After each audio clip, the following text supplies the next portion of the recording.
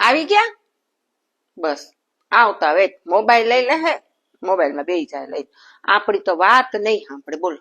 જેવું બોલીએ ને એટલે એમ કે હમણાં ઊભી રહે, હમણાં ઊભી રહે. મને તો એમ નહોતી ખબર કે હું મીઠું બોલું છું, બોલો એટલું.